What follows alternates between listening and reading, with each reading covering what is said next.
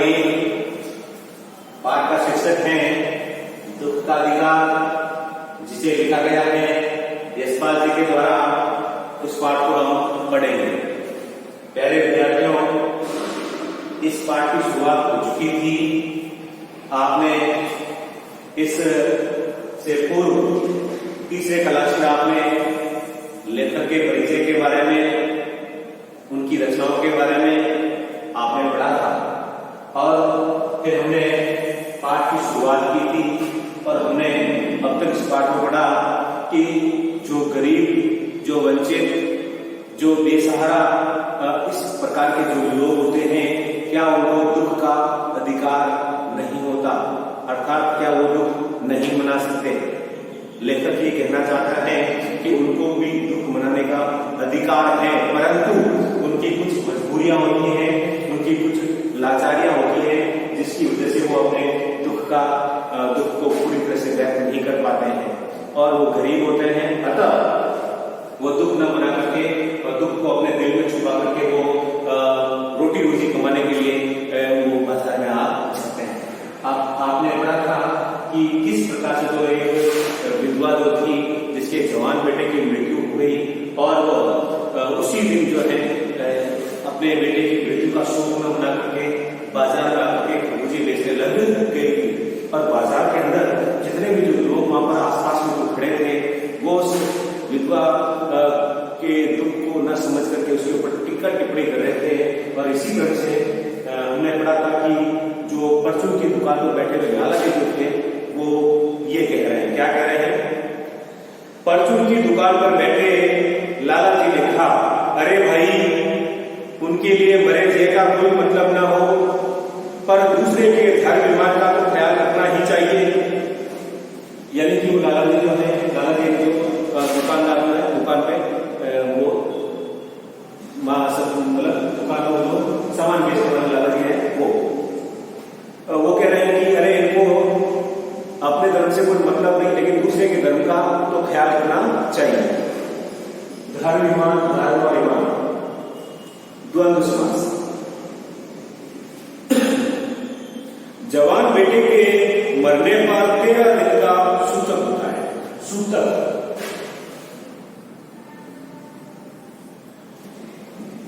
मतलब एक ऐसी स्थिति जिसमें कोई भी कार्य, शुभ कार्य नहीं किया जाता है।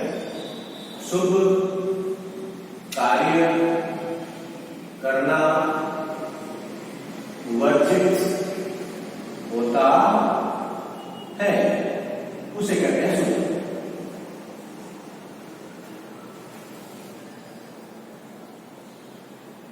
जवान बेटे के मरने पर 13 दिन का सूतक होता है और वह यहाँ सड़क पर बाजार में आकर खरबूजे बेचने बैठ गए।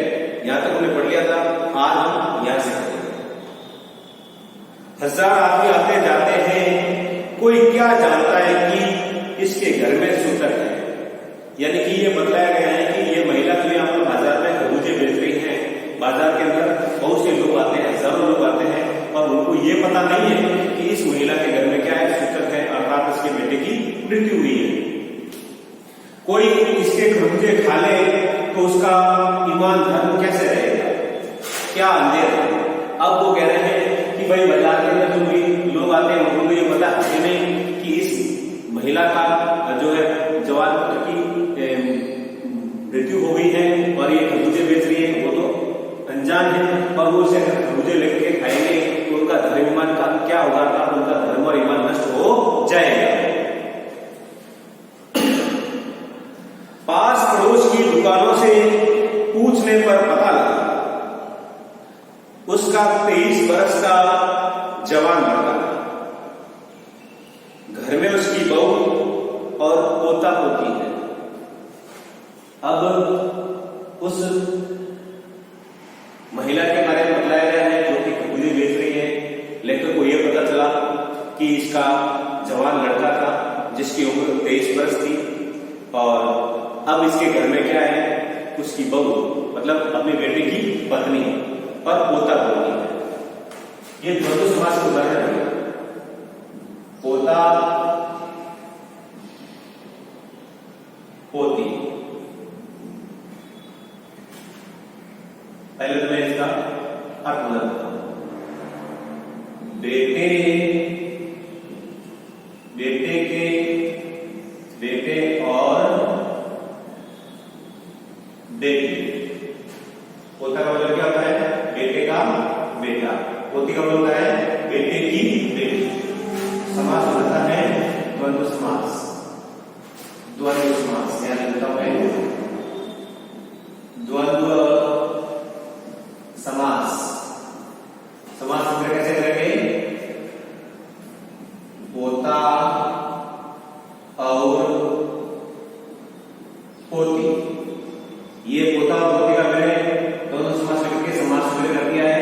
बस का ये मीनिंग मैंने आपको बताया, इसका अर्थ बताया है कि बेटे के बेटे को कहते हैं पोता और बेटे की बेटी को कहते हैं पोती। इसी प्रकार से नाती और नाते, ये जो होता है वो कहलाता है बेटी के बेटे को और बेटी के बेटे को और बेटी की बेटी को। तो यहां पर आप ये ध्यान रखना कि नाती और नातिन का मतलब क्या होता है कि बेटी के बेटे और बेटी की बेटी को जो है नाती और नातिन कहा जाता है। उसी प्रकार से पोता और पोती जो है बेटे के बेटे को और बेटी की बेटी को कहा जाता है। चलते हैं आगे। पास पड़ोस की दुकानों से पूछने पर पता लगा उसका 23 वर्ष का जवान लड़का था। घर में उसकी बहू और पोता पोती हैं। ये हम पेज नंबर 15 पर पढ़ रहे हैं, नीचे से सेकंड पैराग्राफ। लड़का शहर के पास 1.5 बीघा भर जमीन में कचियारी करके परिवार का निर्वाह करता था।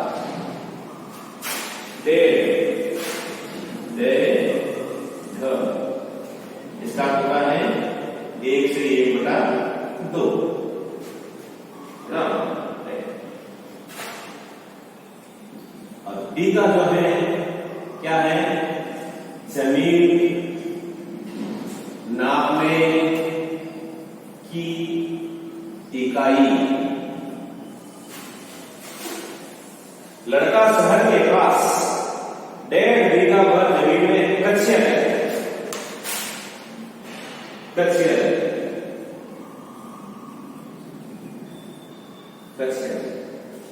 यानी कृषि का कार्य या काम। तो लड़का जो है शहर के पास 1.5 बीघा जमीन थी, उसमें वो कचहरी करने का, कृषि का काम करने का, खेती बाड़ी का काम वो करता। और इस प्रकार से पूरे परिवार का क्या होता था? निर्वाह करना ही गुजारा करना, निर्वाह गुजारा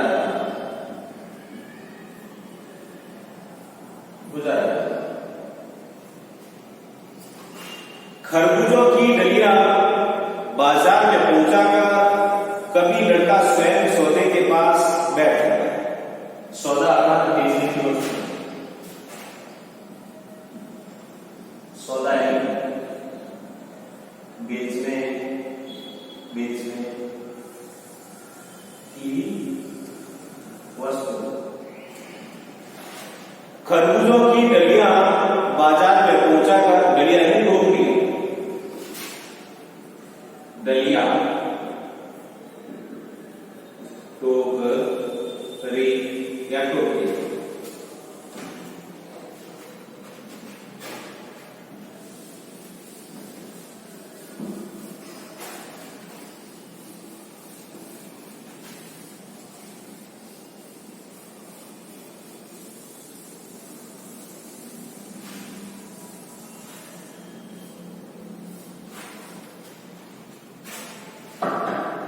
खरबूजों की डलिया बाजार में, जो बाजार से बोले तो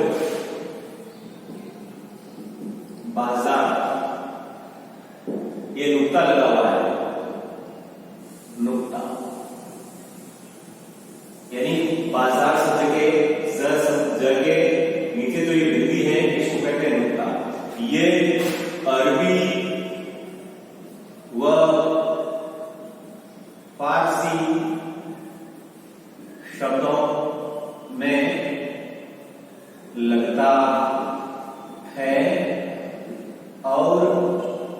इसका उच्चारण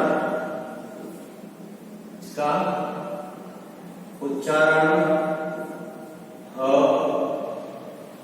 की ध्वनि के रूप में किया जाता है। जैसे बांसुरा है ना, उसी प्रकार से जाफरी ये ज और फ में लगता है। नुक्ता जो है ज फ आदि में लगता है। आदि में लगता है। खरबूजों की डलिया बाजार में पहुंचाकर कभी लड़का स्वयं सौदे के पास बैठ जाता, कभी मां बैठ जाती। कभी वो बच्चा स्वयं बैठता था और कभी उसकी मां बैठ के खरबूजे बेचती थी। लड़का परसों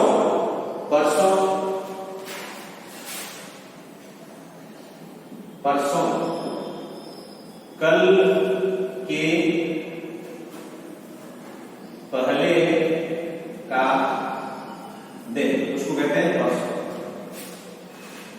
लड़का परसों सुबह मुंह अंधेरे सूर्य उदय से पूर्व, जब जिस समय हम अपने मुंह को या दूसरों के मुंह को हमसे ढंग से देख नहीं पाते, उस समय थोड़ा अंधेरा रहता है। उसे लिखा गया क्या लिखा है? लड़का परसों सुबह मुंह अंधेरे बेलों में से पके खरबूजे चुन रहा था। वह जो है खरबूजे वहां से तोड़ रहा था, बेलों से चुन रहा था। गिल्ली मेड़ की तरह, मेड़ कहते हैं, आपने देखा होगा खेत में इस प्रकार से मिट्टी की जो है वो मिट्टी को तोड़ करके लंबी सी लाइन जैसे बनाते जाते हैं, उसको कहते हैं मेड़।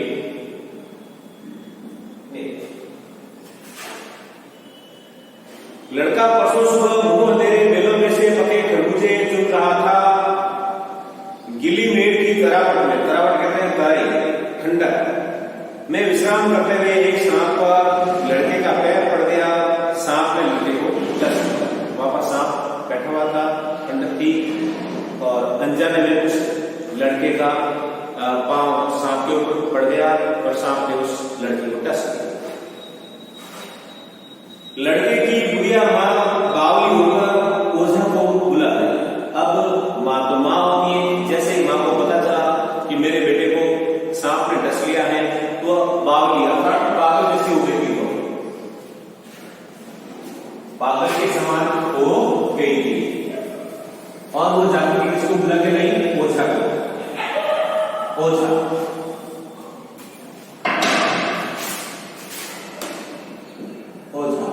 ओझा क्या होता है? तांत्रिक, मंत्र तंत्र करने वाला।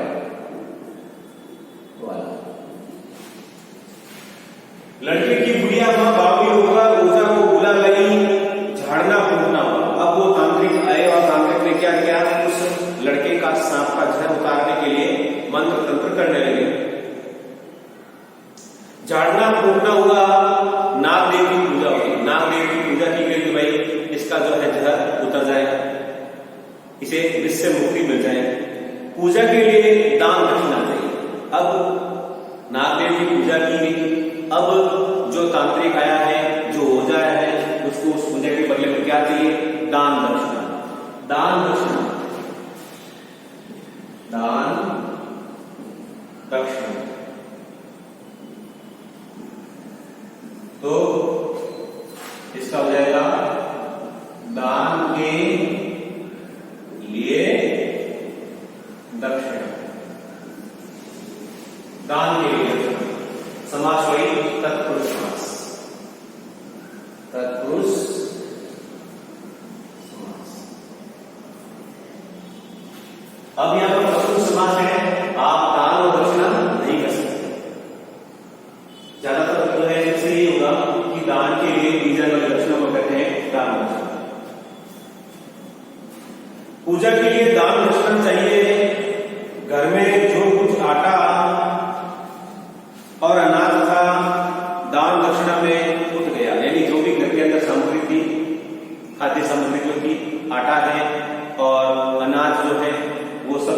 अनाज कहते हैं धान को, इसमें गेहूं चावल वगैरह जो आते हैं घर के अंदर खाने में जो काम आते हैं वो अनाज, वो सब दान दक्षिणा में उठते हैं। मतलब दान दक्षिणा में उस ओझा को दे दिया गया, उस तांत्रिक को दे दिया गया दान दक्षिणा के लिए। मां, बहू और बच्चे भगवाना से लिपट लिपट कर गए। अब भगवाना जो था, जो महिला का बेटा था जिसका नाम भगवाना था, अब वो वहां पर घर के अंदर पड़ा हुआ था और उसकी पत्नी और उसकी माँ और उसके बच्चे जो हैं उसे लिपट लिपट लिपट करके रो रहे थे। भगवाना जो एक दफे चुप हुआ तो फिर न हुआ।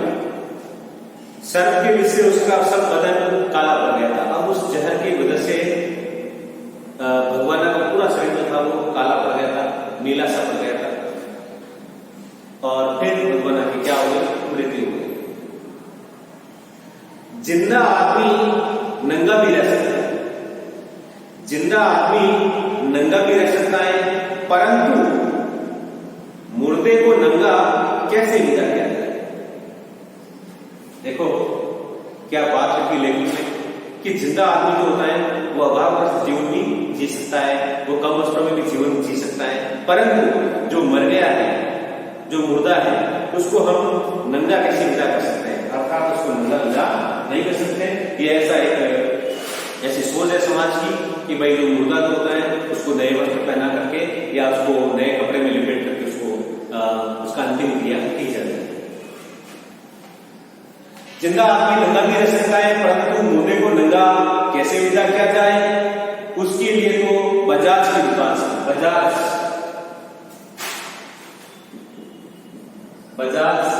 का होता है कपड़ों का व्यापार। विशेष रूप से पहले जो कपड़े देखते थे उसी के व्यापारी को जो है बजाज कहा जाता है।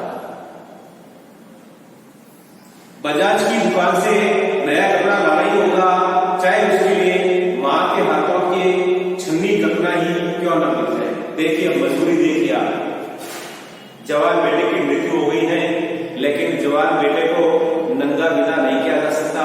अब उसको विदा करने के लिए नया कपड़ा तो लाना ही पड़ेगा, और नया कपड़ा खरीदने के लिए भले ही माँ की जो है चूड़ियां हैं, कुंदन जो है वो भी बिक जाए तो कोई परवाह नहीं, लेकिन उस मुर्दे के लिए नए कपड़े तो लाने ही पड़ेंगे। उसके लिए तो बजाज की दुकान से नया कपड़ा लाना ही होगा, चाहे उसके लिए मां के हाथों की छन्नी करना ही क्यों ना बिक जाए। भगवाना परलोक चला गया। अब भगवाना जो है वो तो मर गया था। घर में जो चुनी भूसी थी सो उसे विदा करने में चली गई। अब जो कुछ भी उसके घर में अनाज था, चुनी भूसी खाने के लिए जो सामग्री थी, वो सब उसको विदा करने में खर्च हो गई, वो सब खत्म हो गया। बाप नहीं रहा तो क्या, लड़के सुबह उठते ही भूख से बिलबिलाने लगे। अब लेखक ने यहाँ पर लिखा है कि भगवाना की मृत्यु हो गई थी, उसके बच्चे छोटे थे। अब उन छोटे छोटे बच्चों को ये पता नहीं है कि उनके पिता अर्थात भगवाना अब इस दुनिया में नहीं है, क्योंकि बच्चे छोटे हैं। और अब वो सुबह उठते ही क्या करेंगे, उनको भूख लगेगी तो भूख से वो बिलबिलाने लगेंगे, अर्थात रोने लगेंगे। लड़के सुबह उठते ही भूख से बिलबिलाने लगे, यानी कि वो सुबह उठ करके रोने लगे। दादी ने उन्हें खाने के लिए खरबूजे दे दिए, लेकिन बहू को क्या दिया। अब लेखक लिखता है कि दादी जो थी वो गरीब थी, घर के अंदर खाने का कुछ था नहीं, बच्चे जो है भूख से बिलबिलाने लगे, रोने लगे, तो दादी ने जो है विवश होकर के उन बच्चों को खरबूजे खाने के लिए दे दिए। लेकिन बहू को क्या देते, अब वो बहू को क्या देते। बहू का बदन बुखार से तवे की तरह लग रहा था। बहू यानी अपने बेटे की पत्नी जो थी वो बहुत दुखी थी, बहुत परेशान थी, क्योंकि उसके पति की मृत्यु हो गई थी और वह पूरे दिन बहुत रोई थी, और उसकी वजह से उसको बुखार आ गया था, और बुखार की वजह से उसका पूरा शरीर तवे की तरह का बन रहा था। अब बेटे के बिना गुड़िया को दुवनी चवन्नी भी कौन उतारा।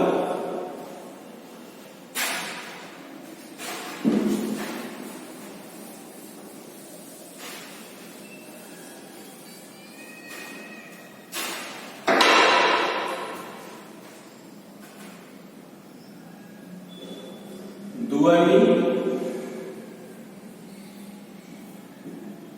चवन्नी। प्यारे विद्यार्थियों, पहले जो है ये इस प्रकार से सिक्के जो है हमारे बात कर सकते हैं। जैसे एक आना है ना, इसी प्रकार से दो आना और फिर चवन्नी। चवन्नी यानी चार आना। चवन्नी का होता है चार आना। और फिर इसी प्रकार से चार चवन्नी मिलती थी तो 1 रुपया बनता था। 1 रुपया चार चवन्नी का, 4 चवन्नी का 1 रुपया बनता था। तो पहले जो है ये ऐसी स्थिति थी। अब आजकल जो है इनके बारे में कुछ जानते ही नहीं है। और आजकल तो आपने देखा होगा कि रुपए की वैल्यू जो इतनी गिर गई है कि अगर किसी को 500 रुपए भी दे दे तो वो सोचेगा क्या है, 500 रुपए तो है। लेकिन पहले जो थी पैसे की वैल्यू थी। और क्योंकि लोगों के पास इतना पैसा था नहीं, तो उस समय ढोलनी चवन्नी भी जो है बहुत महत्व रखती थी। बहू का बदन बुखार से तवे की तरह तप रहा था। अब बेटे के बिना बुढ़िया को दुअली चवन्नी की कौन उधार देता। अब यहाँ पर उसकी व्यवस्था, उसकी मजबूरी बन गई है कि वो बुढ़िया जो है अब वो बाजार में खरबूजे क्यों बेच रही है। वो बाजार में खरबूजे इसलिए बेच रही है कि उसके जवान बेटे की मृत्यु हो गई है और अब उसको कोई दुअली चवन्नी भी उधार नहीं दे सकता। क्यों? तो किसी भी जो उधार देने वाले हैं वो ये सोचेंगे कि हमने इसको उधार दे दिया, वापस हमें कब देगी इसका कोई भरोसा नहीं है। इसीलिए वो इसको बाजार में उधार भी नहीं दे सकता था। दुअली चवन्नी थी। बुढ़िया रोते रोते और आंखें पहुंचते पहुंचते भगवाना के बटोरे हुए, बटोरे इकट्ठे किए, खरबूजे डलिया में समेट कर बाजार की ओर चली। अब देखो उस बुढ़िया की मजबूरी देखो, आप लाचारी देखो। इसीलिए तो कहते हैं कि आग की एक चिंगारी क्या न जला सकती है, बाहर बात के भागवा को बीमार बना सकती है। अरे भूखे पेट को देशभक्ति सिखाने वाले बंदों, भूख इंसान को गद्दार बना सकती है। तो ये पेट की आग इतनी खतरनाक होती है, भूखा व्यक्ति क्या नहीं कर सकता है। संस्कृत में कहा गया है बुभुक्षुरम किम करोति पापम, अर्थात भूखा व्यक्ति क्या नहीं कर सकता। भूखा व्यक्ति कुछ भी कर लेगा। क्यों? क्योंकि भूख लगी है, उसको खाना चाहिए, पर खाने के अभाव में वो कुछ अपराध भी कर बैठा है। तो यहाँ पर जो है सूर्य की मजबूरी बताई गई है, उसकी लाचारी बताई गई है कि जवान बेटे की मृत्यु हो गई है, घर में कुछ खाने के लिए है नहीं, तो अब वो खरबूजे नहीं बचेगी तो करेगी क्या। तो वो मजबूरी में जो है खरबूजे बेचने के लिए बाजार में आ गई है और खरबूजे बेच रही है। प्यारे विद्यार्थियों, मैं तो पढ़ा रहा हूं, आपको अच्छी तरह समझ में आ रहा होगा। बुढ़िया रोते रोते आंखें पहुंचते पहुंचते, यानी आंखें पहुंचते हुए बुढ़िया रोती हुई खरबूजों को इकट्ठा करके बाजार में आई और खरबूजे बेचने। बुढ़िया खरबूजे बेचने का साहस करके आई थी। साहस यानी हिम्मत करके आई थी। उसने सोचा था कि मैं खरबूजे बेच लूंगी, थोड़े बहुत पैसे आएंगे, मेरे छोटे छोटे पोता और पोती हैं उनको जो है मैं खाने के लिए कुछ दे दूंगी, और मेरी बहू जो है, बेटे की पत्नी जो है, उसको भी मैं कुछ खाने के लिए दे दूंगी। उसका जो है ताव है, उसका बुखार जो है, उसके लिए भी मैं कुछ इलाज की व्यवस्था करूंगा। बुढ़िया खरबूजे बेचने का साहस करके आई थी, परंतु सिर पर चादर लपेटे, सिर को घुटनों पर टिकाए हुए फपक फपक कर रो रही थी। अब देखिए उस माँ की लाचारी देखिए, जिसके जवान बेटे की मृत्यु हुई है और वह शोक नहीं मना सकती और मजबूरी में वो बाजार में आकर के खरबूजे बेच रही है और घुटनों के ऊपर उसने सिर रखा है और अब वो फपक फपक करके मन ही मन में रो रही है, सुबह सुबह करके रो रही है। ज्यादा जोर से रो भी नहीं सकती। क्यों नहीं रो सकती?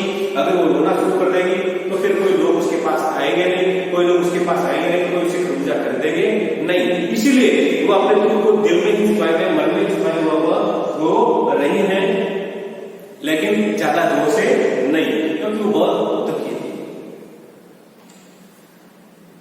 कल जिसका जवान बेटा चल बसा, आज वो बाजार में सौदा बेचने। देखिए मजबूरी। कल जिसका जवान बेटा चल बसा, आज वो बाजार में सौदा बेचना ही है, हाय रे पत्थर दे। लेकिन लोग उसको कह रहे हैं हाय रे पत्थर दे। वो पत्थर मिल नहीं थी, लेकिन उसकी क्या थी? मजबूरी थी, उसकी लाचारी थी। उस पुत्र वियोगिनी के दुख का अंदाजा लगाने के लिए पिछले साल अपने पड़ोस में पुत्र की मृत्यु से दुखी माता की बात सोचने लगा। अब लेखक कहता है कि ये जो मां है, जिसके पुत्र का बिछोह हो गया है, उसके पुत्र की मृत्यु हो गई है, अब लेखक को अपने पड़ोस की उस महिला की याद आने लगी जिसका भी जो है जवान बेटे की मृत्यु हो गई। वह संभ्रांत महिला पुत्र की मृत्यु के बाद 2.5 मास तक पलंग से न उठ सकी। अब वह धनवान थी, पैसे वाले थी, वो शोक मना सकती थी, इसीलिए 2.5 महीने तक वह बिस्तर पर पड़ी रही और शोक मनाती रही और वह तरह तरह के जो है उस प्रकार से वो शोक मनाती रही। उन्हें 15-15 मिनट बाद पुत्र वियोग में मूर्छा आ जाती थी। हर 15 मिनट बाद वो मूर्छित हो जाती थी, अर्थात बेहोश हो जाती थी। क्यों? क्योंकि उसके पास सारी सुख सुविधाएं थी, वो अपने बेटे की मृत्यु का शोक मना सकती थी। लेकिन इसके विपरीत ये जो विधवा महिला है, जिसके जवान बेटे की मृत्यु हुई है, लेकिन ये शोक नहीं मना सकती। क्यों? क्योंकि अगर ये शोक मनाने बैठ जाएगी तो इसकी जो पोता पोती है उनकी परवरिश कौन करेगा, और उसकी जो बेटे की पत्नी जो बहू है उसकी देखभाल कौन करेगा? तो वो मजबूर थी और ये मजबूर नहीं थी। तो दोनों की तुलना यहाँ पर की गई है। पुत्र वियोग से मूर्छा आ जाती थी। मूर्छा न आने की अवस्था में आंखों से आंसू नहीं होते थे, और अगर वो मूर्छित नहीं होती थी, कौन सम्राट मिला तो उसकी आंखों से लेकर आंसू बहते थे।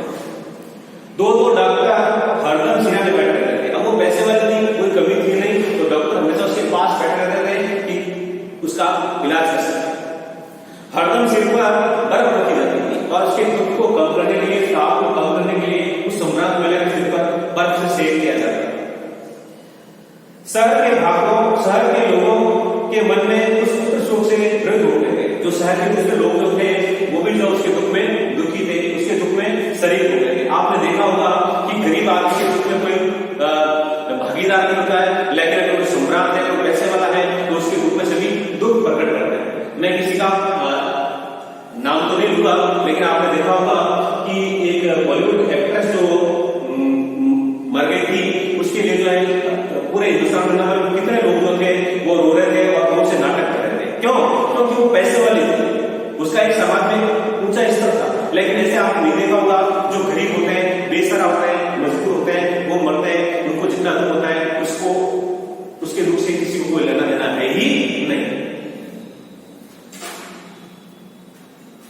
प्यारे विद्यार्थियों, आगे चलते हैं। तो हरदम सिर पर बर्फ रखी जाती थी। शहर भर के लोगों के मन उस पुत्र शोक से द्रवित होते थे।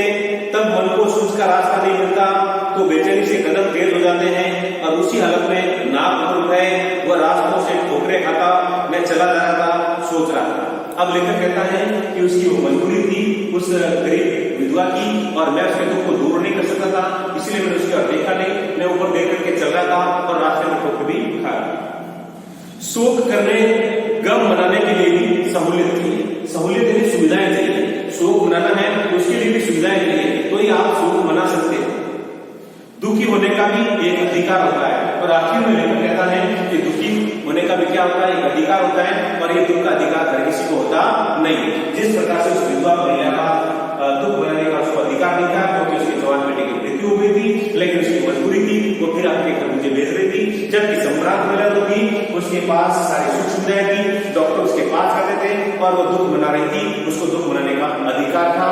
और यहीं पर जो है लेखक ने इस पाठ का शीर्षक रखा है दुख का अधिकार, और लेखक का नाम यशपाल जी, और इन्होंने इस पाठ के माध्यम से हमें सोचने के लिए मजबूर कर दिया है कि दुख मनाने के लिए क्या होना चाहिए? सहूलियत चाहिए, सुख सुविधा चाहिए, तो ही हम दुख को मना सकते हैं, और वरना दुख मनाने का हर किसी को अधिकार नहीं होता। प्यारे विद्यार्थियों, ये जो है आप कक्षा 9 विषय हिंदी के कालांश 4 में पाठ 1 पाठ का शीर्षक दुख का अधिकार, जिसे यशपाल जी ने लिखा है, ये आपने आज पूरा पढ़ा। और पूरे पाठ को आपको पढ़ाया है